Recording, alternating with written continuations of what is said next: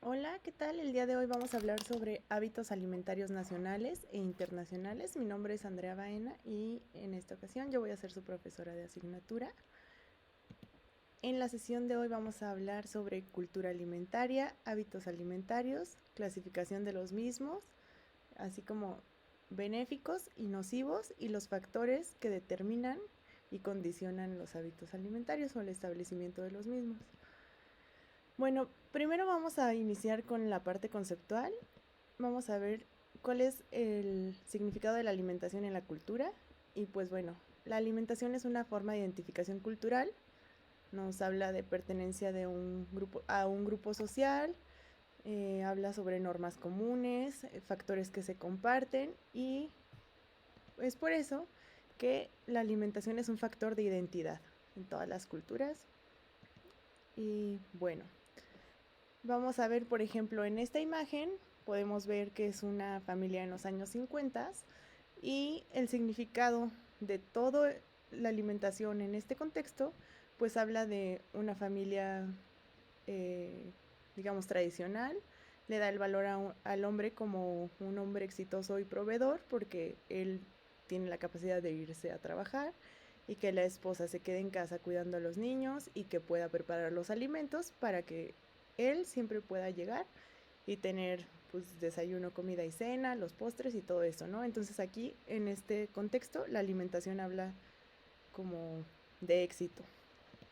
También acá tenemos otra imagen donde es un grupo de mujeres afganas compartiendo un picnic donde no sé si se alcanza a ver bien, pero bueno, están compartiendo mandarinas, guisados y todo, entonces como veíamos es una forma también de pertenencia, donde al compartir ellas están dedicando un tiempo como a integrarse y a reconectarse. Y esto está haciendo a través de la alimentación. Posteriormente tenemos esta imagen, es una foto de 1894. Si podemos ver, están todos comiendo sandía, es también como un picnic.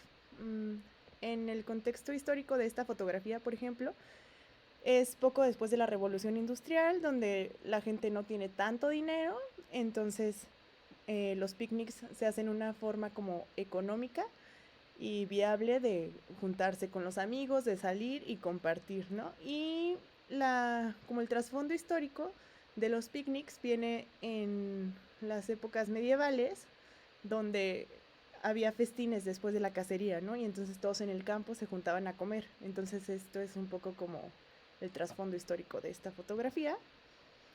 Y pues aquí tenemos ahora sí unas imágenes de cacería. En la primera imagen vemos cómo están varios hombres cazando, que sabemos que era una actividad pues de hombres.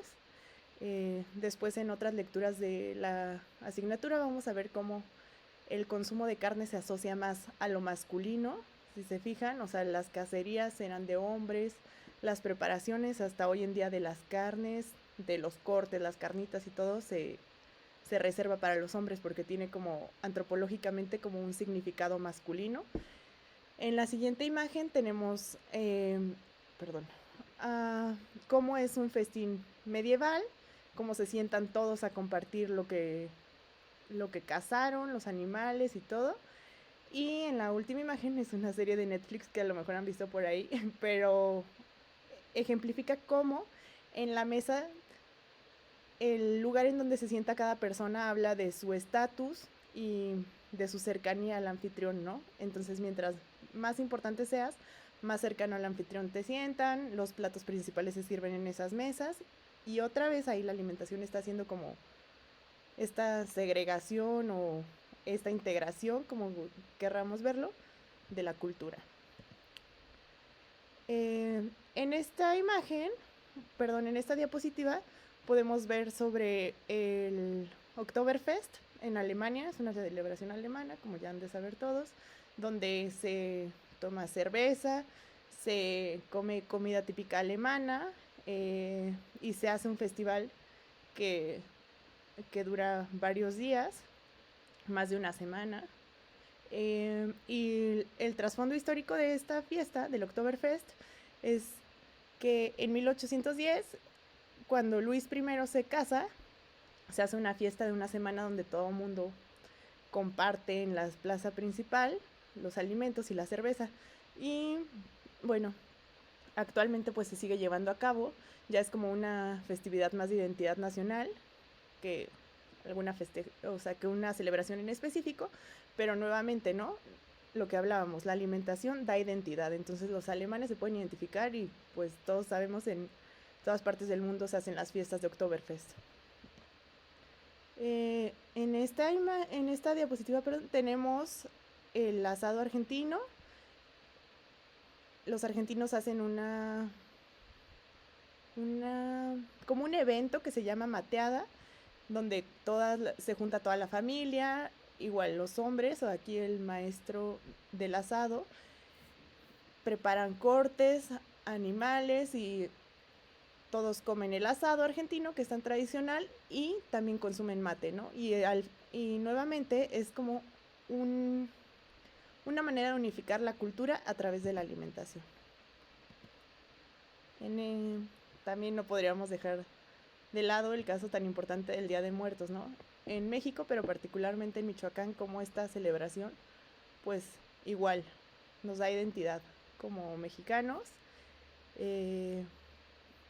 Tanto así que en otros países del mundo les asombra, ¿no? Cómo vemos la muerte como una celebración, como una festividad, y otra vez la alimentación, cómo se va manifestando aquí. Por ejemplo, en la primera imagen vemos cómo hay un pan de muerto, que es el tradicional, no el que conocemos que compramos en el súper y todo, sino es un pan horneado en forma de un muerto que se lleva a la tumba para ofrecerlo y para convivir. En la siguiente imagen vemos cómo todas las señoras llevan sus canastas, porque como todos sabemos bien en México, pues es una celebración de llevarles a los muertos la noche de muertos, el día del primero, y el segundo, pues llevarles a los muertos los alimentos que les gustaban, porque a través de esta celebración ellos regresan al mundo de los vivos a convivir con nosotros, y es como una fiesta que tiene como matices religiosos y culturales, y es como antropológicamente es como una negación de la muerte, ¿no? Es como decir, sí se fueron, pero siguen estando con nosotros aún.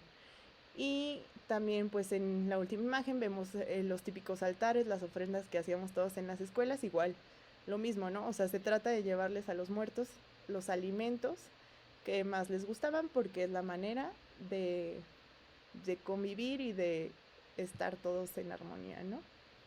Y bueno, la cultura alimentaria tiene distintos usos, costumbres, tradiciones y elaboraciones simbólicas, ¿no? Eso es todo lo que comprende la cultura alimentaria, todos los elementos que la comprenden, ¿no? Y, por ejemplo, tenemos comida que es ceremonial y también comida o alimentos que son cotidianos. Por ejemplo, aquí los romeritos, pues son ceremoniales, ¿no? En la época de Navidad en muchas familias se acostumbran. También el bacalao, que es de la época navideña. La rosca de Reyes, por supuesto, con todo el significado como histórico y religioso y cultural que tiene, de ser el recorrido de los Reyes Magos, y es una fiesta también como de unidad familiar. O sea, siempre estamos viendo de con quién vamos a comer la rosca este año. O sea, no es como que vamos y, ay, déjame, compro mi rosca yo solo. Digo, también ya ahora venden las tamaño individual, pero tiene un significado mucho más fuerte, ¿no? O sea, todas las familias se juntan, quién hace el chocolate, quién compra la rosca, a quién le sale el niño Jesús. Los niños ya saben que ese día llegan los Reyes Magos, entonces pues es toda una celebración alrededor de los alimentos. Entre otras comidas ceremoniales pues están, por ejemplo, los chiles en nogada, que son pues particularmente de la época de las fiestas patrias. También tenemos los tamales del Día de la Candelaria, que habla un poco como la terminación de la cuarentena de la Virgen María, es cuando se presenta el niño Dios en el templo, y entonces el significado como conjunto con la rosca de Reyes es que si te salió el niño Dios en la rosca, pues tú eres el padrino del niño Dios. Entonces el día que se va a presentar a la iglesia es por eso que tú ofreces los tamales. Y como sabemos, pues los hábitos alimentarios en México son producto del mestizaje, ¿no? Entonces, por ejemplo, esto de los tamales tiene un significado como mucho más profundo porque en el Popol Vuh, en este libro maya, se hablaba de que a los dioses se les hacía una ofrenda de maíz, ¿no? Y a los dioses prehispánicos. Entonces, al momento de el cristianismo o el catolicismo, como usted decirle, retoma elementos de la cultura indígena del país para mezclarlos con nuevos significados, pues, ok, como a los dioses prehispánicos se les ofrendaba maíz, en esta mezcla al niño Dios, por ser los padrinos, se les ofrenda maíz también en forma de tamales, ¿no? Y bueno, y también estábamos hablando de comidas ceremoniales, pero también tenemos comidas cotidianas, por ejemplo, los sopes, las quesadillas, las gorditas, los tacos al pastor. O sea, no es como que en una fiesta patronal, en una fiesta de la iglesia, alguien encarga tacos al pastor, ¿no? O sea, son comidas cotidianas que todos comemos. Por ejemplo, los molletes, tampoco se nos ocurriría que fuera algún alimento ceremonial. El agua de horchata, así como hay bebidas ceremoniales, como es el tejuino para algunas culturas, como vamos a ver más adelante o así. Y bueno, vamos a hablar sobre los hábitos alimentarios. Pues un hábito es una manera de conducirnos, de actuar de manera repetida, ¿no? Y es decir, la repetición de un acto. Eso es un hábito. Entonces, pues al aplicarlo al contexto de la alimentación, es la manera en la que habitualmente comemos. Por ejemplo, estas imágenes se hicieron muy famosas hace mucho. Vienen de un libro que se llama Hungry Planet, que dice What the World Eats, o qué es lo que come el mundo. Por ejemplo, aquí tenemos a México, una familia de Cuernavaca y una familia en Estados Unidos. Podemos ver cómo lo que come cada familia es súper diferente. En México, pues, si los comparamos entre sí, sí hay muchísima Coca-Cola que es procesado. También hay cereales de caja, que es algo muy habitual, pues, en nuestra cultura. Pero hay muchos alimentos frescos, como lo es el jitomate, como lo son las naranjas, melón, plátano, porque el contexto en el que estamos y en donde vivimos tenemos acceso a muchos alimentos que son sin procesar, y al final los costos no son elevados, ¿no? Es por eso que pues en México sí tenemos acceso a eso y en la dieta habitual se ve reflejado. Si lo comparamos aquí con una familia en Estados Unidos, pues vemos que tienen mucho más alimentos procesados en comparación con nosotros, la pizza, los refrescos también, pero vemos como muchos alimentos, o sea, sopas, refrescos, como muchos son ultraprocesados, porque al final es a lo que tienen más acceso, ¿no? Y por los costos también. Si lo comparamos acá con otras familias en Ecuador y en Mali, pues vemos en Mali, por las cuestiones geográficas, pues la disponibilidad de alimentos es menos. Entonces, si vemos la variedad de la dieta es mucho menor en comparación con todos los demás, a pesar de que en Ecuador tampoco es tan variada, pero bueno, mucho menos variada, y también en cantidad es mucho menor.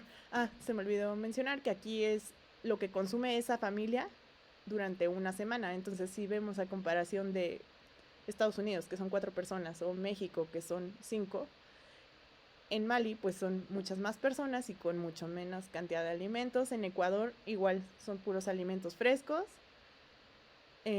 pero la variedad también es menor, pero incluye muchos granos. Entonces esto nos va a hablar también como del contexto tanto cultural como económico como geográfico donde estamos, pues va a determinar los alimentos que consumimos y nuestros hábitos alimentarios. Hablando sobre hábitos alimentarios, tenemos los patrones alimentarios, que es una manera de estudiar cómo una población come, pero los hábitos alimentarios es una manera un poco subjetiva, ¿no? De hablar de la generalidad de qué es lo que consumimos.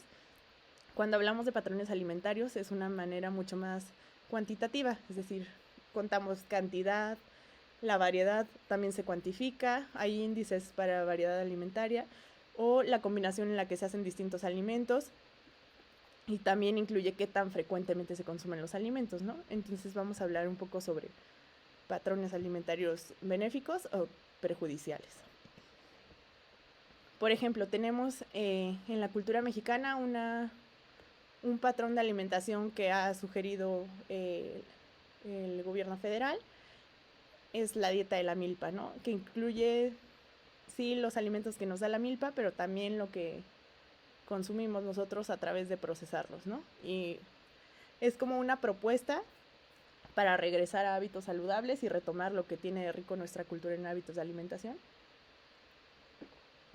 Bueno, y como decíamos, es algo cuantificable. Entonces, por ejemplo, la dieta de la milpa es como una versión mucho más para profesionales de la salud, porque sí te dice cada cuánto debes consumirlo.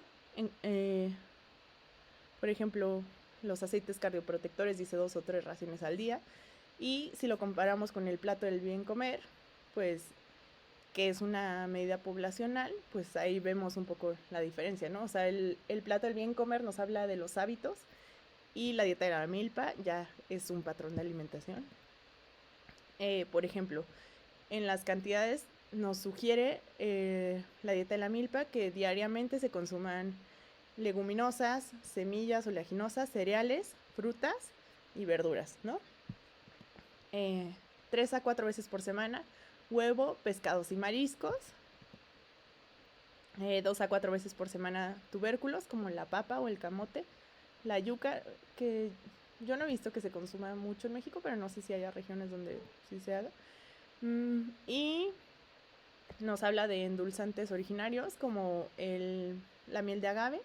Nos recomienda que sea un consumo de menos de 2 veces por semana. Si vemos este patrón, no incluye alimentos ultraprocesados. Y bueno, también de manera internacional pues tenemos la dieta mediterránea o el patrón de alimentación mediterráneo, que pues es de los países mediterráneos, al sur de Italia.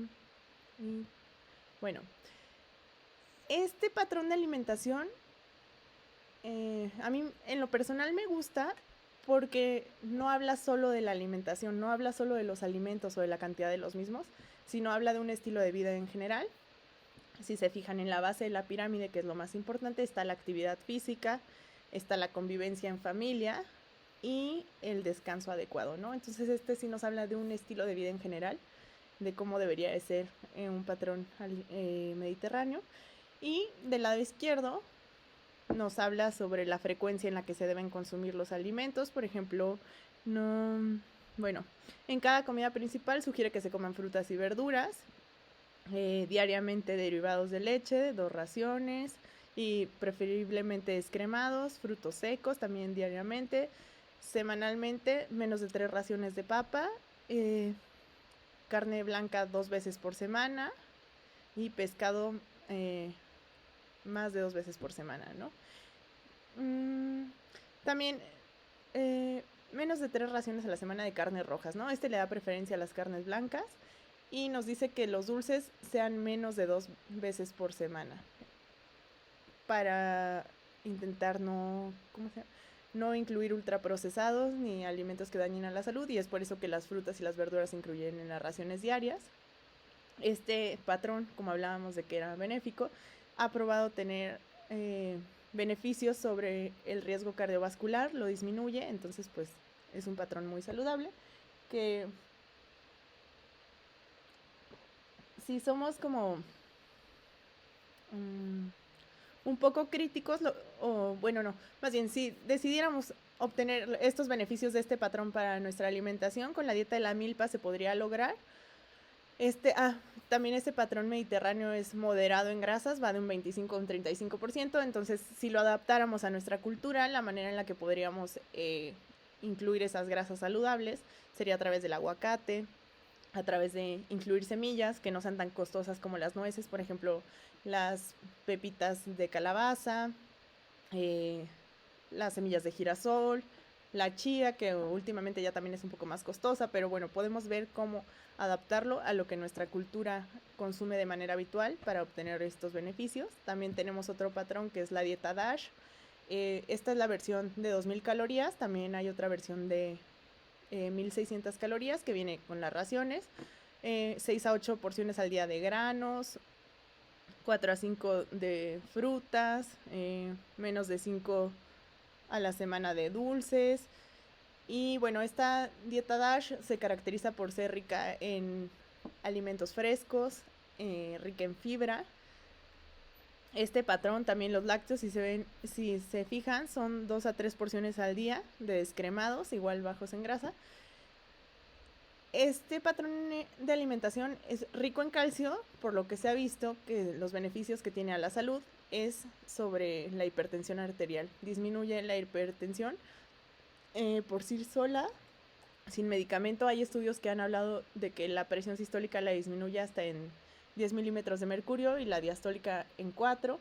Hay otros que son un poco más conservadores que te hablan de 6 y 3, pero en general es el único patrón de alimentación que se ha visto que disminuye el riesgo de hipertensión arterial, o por lo menos que se ha estudiado, que sería también muy interesante que se hicieran estudios con la dieta de la milpa sobre los beneficios a la salud. Sería como una vertiente de investigación súper interesante, que si alguien pues estuviera interesado, estaría increíble, ¿no? Que lo pudiéramos probar, que también nuestra alimentación típica tiene beneficios a la salud.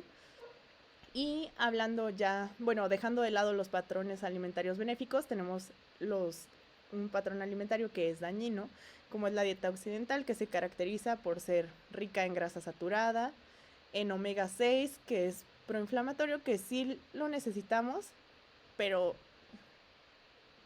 en una proporción adecuada con el omega 3. Por ejemplo, una relación sana sería 10 a 1, 10 de omega 6 por 1 de omega 3, por 1 gramo de omega 3. Sin embargo, en la alimentación que llevamos hoy en día, es tan rica en alimentos o en grasas saturadas que a veces la relación llega a ser 20 a 1, ¿no? O sea, más del doble de lo beneficioso. También esta dieta es rica en azúcares y pues refinados, y carece de fibra, de ácidos grasos omega 3 y de magnesio, que también esto se ha investigado que pudiera ser un factor que contribuye un poco a la hipertensión, pero vamos a ver más, tiene como una razón más fisiopatológica. Pero bueno, lo que sí se ha visto es que como que estimula al sistema inmune. Digamos, tanta grasa saturada, el sistema inmune lo ve como una amenaza, entonces pues promueve la misma inflamación de bajo grado que promueve la obesidad. Entonces, pues ayuda o más bien, altera la expresión de genes, ¿no? Y esto puede llevar a cambios epigenéticos, que como vamos a ver un poquito más adelante es la manera en la que se expresan los genes. Y bueno, los riesgos a la salud. Este patrón se ha probado que induce disbiosis en la microbiota intestinal, con mayor proliferación de los bacteroidetes, a diferencia de los firmicutes, y entonces esto hace que haya una alteración del entorno. Los bacteroidetes en su membrana tienen lipopolisacáridos, que son ricos en endotoxina, que es una endotoxina, y entonces esto hace que se estimule el sistema inmune, hay mayor respuesta inflamatoria, se inducen los cambios epigenéticos de los que les comentaba. Esto quiere decir que alteran la manera en la que se expresan los genes, ya sea silenciando algunos o promoviendo la expresión de otros. A su vez, también esta respuesta inflamatoria induce a una resistencia a la insulina. Y bueno, los cambios epigenéticos, lo que se ha visto que pasa con este tipo de alimentación es que inducen una respuesta exacerbada o tolerogénica, que es todo lo contrario, a infecciones, ¿no? Entonces, si tu sistema inmune está exaltado y tienes una infección, es más probable que tengas riesgo de desarrollar sepsis por esta respuesta exacerbada, o por el contrario, si tu sistema inmune se vuelve tolerogénico, es decir, que empieza a ignorar estas amenazas, ¿no?, externas que está teniendo, para poder vivir con esa disbiosis y con estos lipopolisacáridos y todo. Entonces puede ser que tú te expongas a una infección y tu sistema inmune no reaccione de la manera adecuada y entonces seas más susceptible a presentarla. En cuanto a la resistencia a la insulina, pues bueno, lo que hace es que esta inflamación de bajo grado induce a problemas en el receptor de la insulina de manera interna en la célula. Entonces no hay migración de los transportadores GLUT4 desde el citosol hacia la membrana celular, entonces no hay captación de glucosa y entonces esto nos da un mayor riesgo de enfermedades crónicas porque inicia la resistencia a la insulina, después se presenta la diabetes, posteriormente, como la diabetes genera pues cambios vasculares y de inflamación y todo, empieza a formarse una placa de ateroma en los vasos grandes y entonces eso induce hipertensión arterial. Y bueno, vamos a hablar un poco también sobre los factores que determinan y condicionan los hábitos alimentarios. En los factores biológicos, pues bueno, aquí tenemos una frase que dice: los alimentos no son sustancias que sirvan exclusivamente para nutrirnos, ni la alimentación es un hecho exclusivamente biológico. Sin embargo, pues sí tiene sus raíces en la biología, ¿no?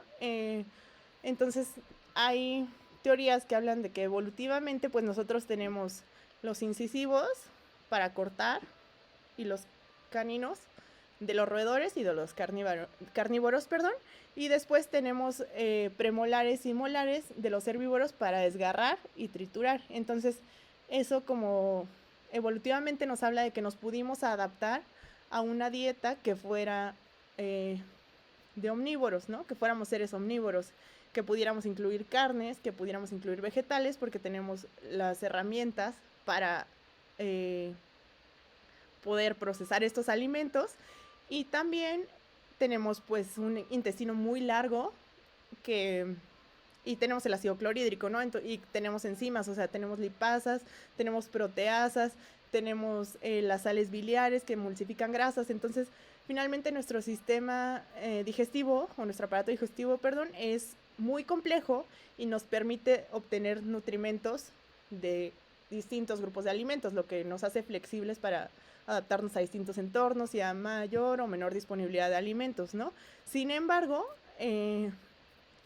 una desventaja que tiene esto para nosotros es que al consumir tantos grupos de alimentos, pues sí requerimos variedad en la alimentación, ¿no? Porque no podemos obtener todos los nutrimentos de algo, o sea, de un solo grupo de alimentos. Por ejemplo, que las vacas obtienen todo de pasto, pastar, o sea, plantas, ¿no? Nosotros requerimos que nuestra dieta sea mucho más variada.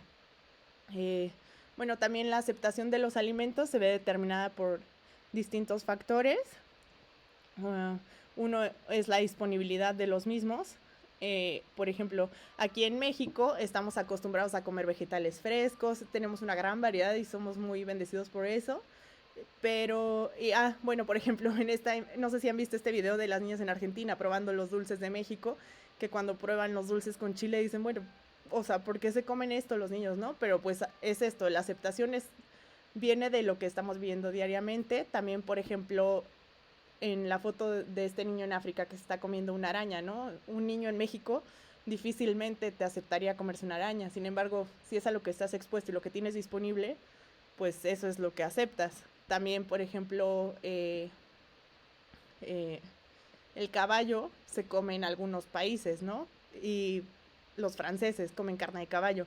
Y en México, pues no sería algo que aceptaríamos de manera habitual. O sea, si te dicen que es carne de caballo, puede que la rechaces. Por ejemplo, en esta imagen, en una niña asiática rechazando la leche. Los asiáticos, a pesar de que son grandes productores de leche, pues no están acostumbrados a ingerirla en su dieta, ¿no? No es un alimento habitual. Entonces, ahorita ya en las ciudades grandes y en todo, finalmente también están expuestos a la globalización y ya la gente que vive en las ciudades es mucho más fácil que la acepte y ya hay productos lácteos de origen chino. Sin embargo, si te vas a comunidades más pequeñas donde la globalización no los ha alcanzado todavía, pues los asiáticos en general no consumen la leche de los animales, ¿no? También, por ejemplo, esta niña con una langosta, ¿no? O sea, si vemos, por ejemplo, Japón, cuánto pescado hay en sus alimentos, pues son islas, ¿no? Entonces finalmente comen muchísimo pescado porque es a lo que están expuestos. Por ejemplo, la religión va a ser otro de los factores que determinen los alimentos que se consumen. Por ejemplo, musulmanes y judíos no consumen carne de puerco por cuestiones religiosas. Y los judíos además tienen el certificado kosher, que habla un poco de calidad de los alimentos, pero también de asegurar que vienen de medios puros o limpios, ¿no? Para su religión. Por ejemplo, los judíos no pueden consumir carne y lácteos al mismo tiempo porque habla de una cuestión como de mezclar la carne del animal con la leche que lo alimenta. O sea, es como que no puedes mezclar comida del becerro con la mamá que lo alimenta. ¿Me explico? Es un poco así como es faltarle el respeto a la carne que te dio la leche. Entonces, por ejemplo, si consumen carne deben dejar pasar 6 horas antes de tomar algún lácteo. Y porque como que aseguran que la carne deja más restos en la boca. Por el contrario, si consumen un lácteo se supone que es más leve para la alimentación, pueden enjuagarse la boca y después consumir la carne. Entonces ese es como el orden en el que se consumen los alimentos. También si vemos en la India, pues no se comen a los animales por como preceptos de religión, donde pues si todos reencarnamos es probable que estés reencarnando en otro ser vivo. Entonces es como respetar la vida en todas sus vertientes. Por ejemplo, aquí vemos al niño en un caso de leche con muchas ratas y que esto es un templo hacia una divinidad que era, según la leyenda, pues un rey que pensó que su hijo reencarnó en una rata. Entonces pues son una deidad y se adora a las ratas en este templo, y entonces la comida es mucho más vegetariana, ¿no? O sea, es un patrón de alimentación vegetariano. Que también el patrón de alimentación vegetariano es el único que se ha visto que tiene beneficios contra el cáncer, ¿no? Bueno, también otro de los como hitos de la religión que marcan la manera en que se alimentan las personas es el Ramadán, ¿no? El ayuno de 30 días que si lo pasáramos a lo que conocemos ya hoy en día sería como un ayuno intermitente. En el iftar es la primer comida que pueden hacer en el día, digamos, o donde se rompe el ayuno y se hace una comida en familia. Es cuando cae el sol, es decir, las personas no pueden comer cuando está la luz del día porque es como un mes de reflexión y de ofrecerlo a Dios y tal, y porque es el mes donde el Corán se empieza a revelar a Mahoma, ¿no? Entonces en el iftar se hace una cena y entonces pueden comer como hasta las 4 de la mañana más o menos antes de que amanezca en el suhur, que es la última comida que se hace antes de empezar el ayuno. Después, cuando termine este mes, tienen otra fiesta que, o sea, no tiene nada que ver con la Navidad, pero yo lo pongo, si lo tradujéramos a nuestra cultura, sería un poco como la Navidad, ¿no? Porque se juntan todas las familias, oran, eh, van a las mezquitas, preparan desayuno para todos, se juntan todos, a los niños se les da dinero, todo el mundo estrena ropa, se juntan las familias, se visitan a los amigos, a los vecinos y tal. Entonces es toda una fiesta o digamos toda una celebración alrededor de los alimentos, ¿no? Bueno, también otro factor que tiene que ver y que determina lo que consumimos es la economía, ¿no? Por ejemplo, el salmón, pues es caro, entonces no todo el mundo tiene acceso, no estamos acostumbrados o por los diferentes factores que hemos hablado, pero al final es pescado y también es como que en otras culturas se come mojarra frita, ¿no? Entonces, pues, digamos que es lo mismo, pero determinado por la economía. Por ejemplo, las patitas de pollo no es lo mismo que comer un tibón. O por ejemplo también otra cuestión como en la economía, si por ejemplo de gobierno sean despensas, si tienes la leche liconza, a lo mejor a ti ni siquiera te gusta la leche, no te llamaría la atención comprarla, ¿no? Pero si en la casa es lo que está disponible, pues ves las maneras en las que vas a preparar esos alimentos que ya tienes disponibles. Y por ejemplo es muy común, ¿no? Que en las casas se prepare el arroz con leche como un postre. O por ejemplo, no sé si les ha tocado ir alguna vez a comunidades cuando se entregan las despensas. Eh, También al principio lo primero que se come la gente pues es el arroz, es los frijoles y todo. Y al final, ya cuando pasaron varios días, lo último que se comen son las lentejas, ¿no? Que son tan ricas. Entonces es como esto también, los días que es de quincena, pues a lo mejor la dieta de la familia es mucho mejor que ya cuando va terminando la quincena, ¿no? Y ya se empiezan a meter más sopas de pasta y arroz y como cosas de relleno. Eh, bueno, también las modas alimentarias influyen en lo que comemos, ¿no? Hay un término que se ha acuñado en internet que es la gentrificación alimentaria, que habla como de que se pongan de moda alimentos que eran como típicos o que eran propios de la cultura. Por ejemplo, la chía que les comentaba anteriormente, pues antes si les preguntan a sus familiares era muy económica, sin embargo ya se puso de moda y cada vez ha subido más de precio, ¿no? Por ejemplo, en la Ciudad de México esto es como donde yo lo he visto como más marcado. por ejemplo, los mercados como de barrio, como el Mercado Roma, el Mercado del Carmen, en colonias donde ponen un mercado de comida típica, pero ya es muy cara porque ya se puso como de moda, como que es más hipster, y si se fijan las sillas siguen siendo como de la Coca-Cola y así, pero como ya es de moda y ya todo el mundo quiere ir como a retomar los orígenes y no sé qué, entonces esos alimentos se vuelven muy caros, como el caso del aguacate, ¿no? Que pues ustedes se acuerdan cuando éramos más chicos, pues era muy barato, sin embargo ya, o sea, se ha puesto tan de moda y en todo el mundo consume aguacate, que ya el costo ha sido mucho más elevado. O por ejemplo, este restaurante Puyol, ¿no? Que tiene estrella Michelin y todo, abrió un molino, el Puyol, que, o sea, pues es retomar eso, pero mucho más costoso. O sea, si se fijan las abuelitas o la gente en el pueblo iba a los molinos, ¿no? A moler su maíz para nixtamalizarlo y todo.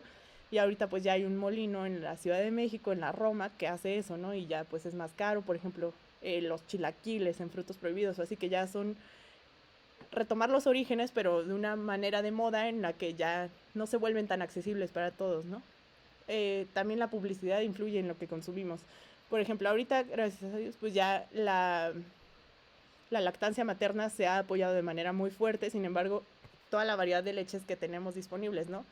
Y que se publicitaban hasta que se prohibió que se hiciera la publicidad en los hospitales, pero digo, sí hay casos en los que se va a requerir una fórmula especial, pero, o sea, niños con errores innatos del metabolismo, que de plano no toleren, que la madre por alguna situación no pueda dar el pecho. Sin embargo, se publicitó tanto que era visto como algo deseable y como algo de estatus no tenerle que dar pecho, tanto que ahora ya hay asociaciones como defendiendo la lactancia materna y tal. Por ejemplo, las papillas también, si vemos, o sea, como las de Heinz están como súper publicitadas con monitos y de colores y no sé qué, para un niño que va a ser más atractivo visualmente, simplemente.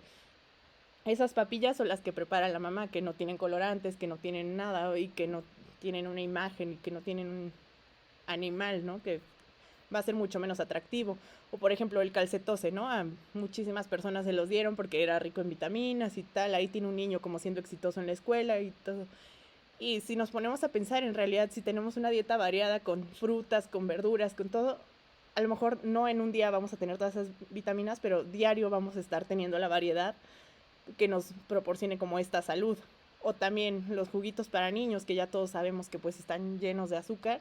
Sin embargo, pues para los papás como que parece inofensivo y práctico, ¿no? O los Powerade, si vemos también los niños, están súper acostumbrados a tomarlos, cuando al final puede inducir hasta daño renal por sobrecarga de solutos, ¿no? Porque tiene ahí electrolitos disueltos. Y bueno, al final, pues, ¿cuál es la pertenencia de hablar de todo esto? Pues miren, la FAO establece esto. Dice, los nutricionistas deben conocer los hábitos y prácticas de alimentación de las comunidades donde trabajan, de manera que puedan ayudar a reforzar los elementos positivos y luchar para cambiar los negativos.